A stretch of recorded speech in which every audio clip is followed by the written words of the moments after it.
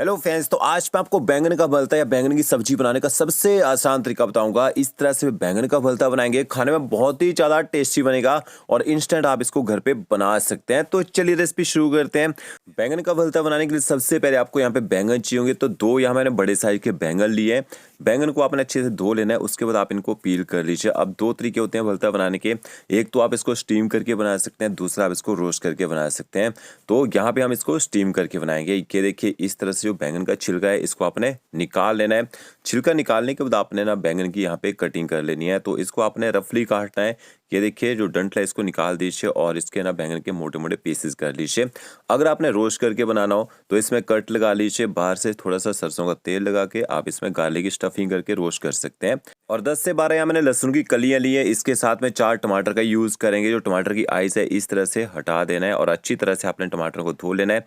और एक आपने टमाटर में कट लगा देना है। कट लगाने से क्या होगा, जब टमाटर पकेंगे इसका जो छिलका है ना वो आसानी से निकल जाएगा। इसके बाद आपने एक प्रेशर कुकर लेना है।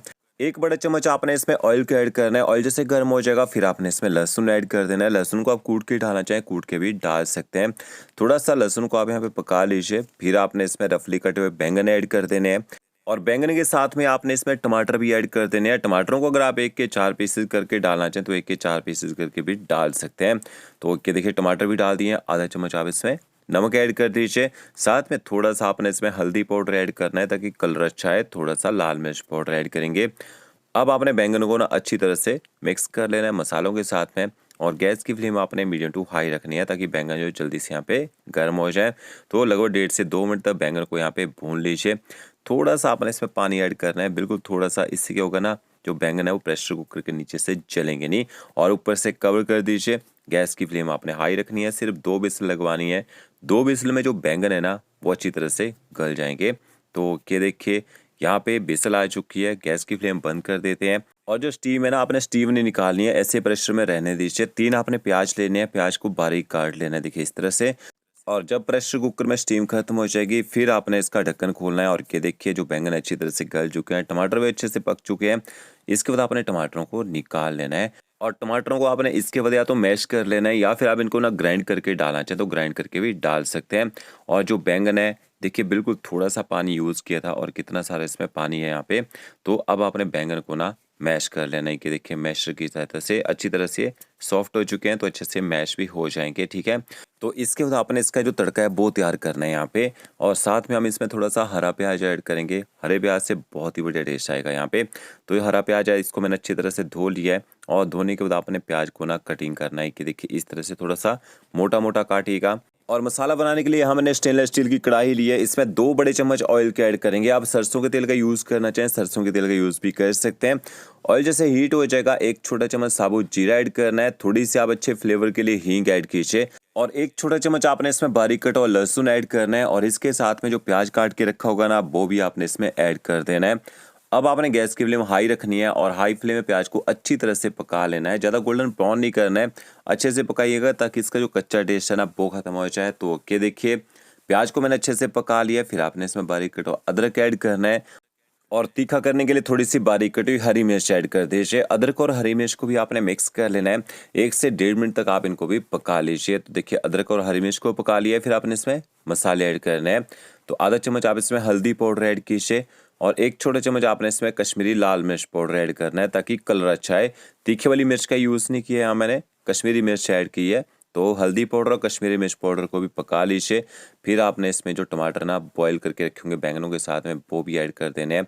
तो क्या देखिए, हल्का सा पलटे से इस तरह से मैश करेंगे ना तो अच्छी तरह से ना गल जाएंगे और मिक्स भी हो जाएंगे। तो टमाटरों को थोड़ा सा भून लीजिए। बाकी हमने इनको पका ही लिया था बैंगनों के साथ में। टमाटरों की भुनाई करने के बाद आपने इसमें पाउडर वाले मसाले ऐड करने हैं। 1 छोटा चम्मच आप इसमें धनिया पाउडर ऐड कीजिए। आधा चम्मच आपने इसमें जीरा पाउडर ऐड करना है। आधा चम्मच आपने इसमें कसूरी मेथी ऐड करनी है।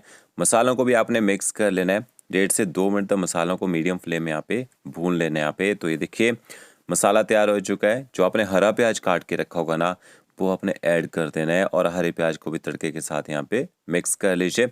हरे प्याज को भी मसालों के साथ थोड़ा सा भून लीजिए, बहुत ही बढ़िया टेस्ट निकल के आएगा। और इसके बाद आपने जो बैंगन ना मैश करके रखे होंगे बैंगन भी यहाँ पे ऐड कर देने हैं और बैंगनों को भी अच्छी तरह से मसालों के साथ यहाँ पे मिक्स कर लीजिए। कम से कम 3 से 4 मिनट तक आपने ना बैंगनों की भुनाई कर लेनी है। ताकि जो भलता है वो थोड़ा थिक हो जाए और बैंगनों का जो कच्चा टेस्ट होता है ना वो बिल्कुल खत्म हो जाए। तो क्या देखिए बीच बीच में आपने यहाँ पे पलटा चलाते रहना है। और आधा छोटा चम्मच मैंने इसमें नमक ऐड किया है, आधा कप आप इसमें हरे मटर ऐड कर लीजिए। यहाँ मैंने फ्रोजन मटर का यूज़ किया, अगर आपके फ्रेश हो तो फ्रेश मटर को आपने ना तड़के में पहले पका लेना है, उसके बाद आपने इसमें ना बैंगन ऐड करने हैं। तो फ्रोजन मटर आप ऊपर से भी डाल सकते हैं क्योंकि पके रहते हैं। तो ये देखिए अच्छी तरह से यहाँ पे मैंने भलते की भुनाई कर ली है और इसमें जितना भी मॉइस्चर है पूरी तरह से खत्म हो चुका है और भलता बिल्कुल थिक हो चुका है। अब आपने इसमें स्मोकी फ्लेवर देना है। एक कटोरी ले लीजिए, इसमें आपने एक जला हुआ कोयला ऐड करना है। अगर कोयला ना हो आप इसके कोई स्टिक चला लीजिए, उसका यूज़ भी कर सकते हैं। तो ये देखिए ऊपर से आपने थोड़ा सा घी डालना है और इसको लगभग 1 मिनट का स्मोक दीजिए। तो इस तरह से आपके भलते में एकदम स्मोकी फ्लेवर आएगा और बहुत ही ज़बरदस्त लगेगा खाने में। तो अब आपने इसका कोयले को निकाल लेना है, अच्छी तरह से एक बार मिक्स कर लीजिए और गर्मा गर्म भलते को सर्व कर दीजिए। तो फ्रेंड्स अगर आपको मेरा वीडियो अच्छा लगा होगा लाइक शेयर कमेंट जरूर कीजिए। Okay friends, thank you.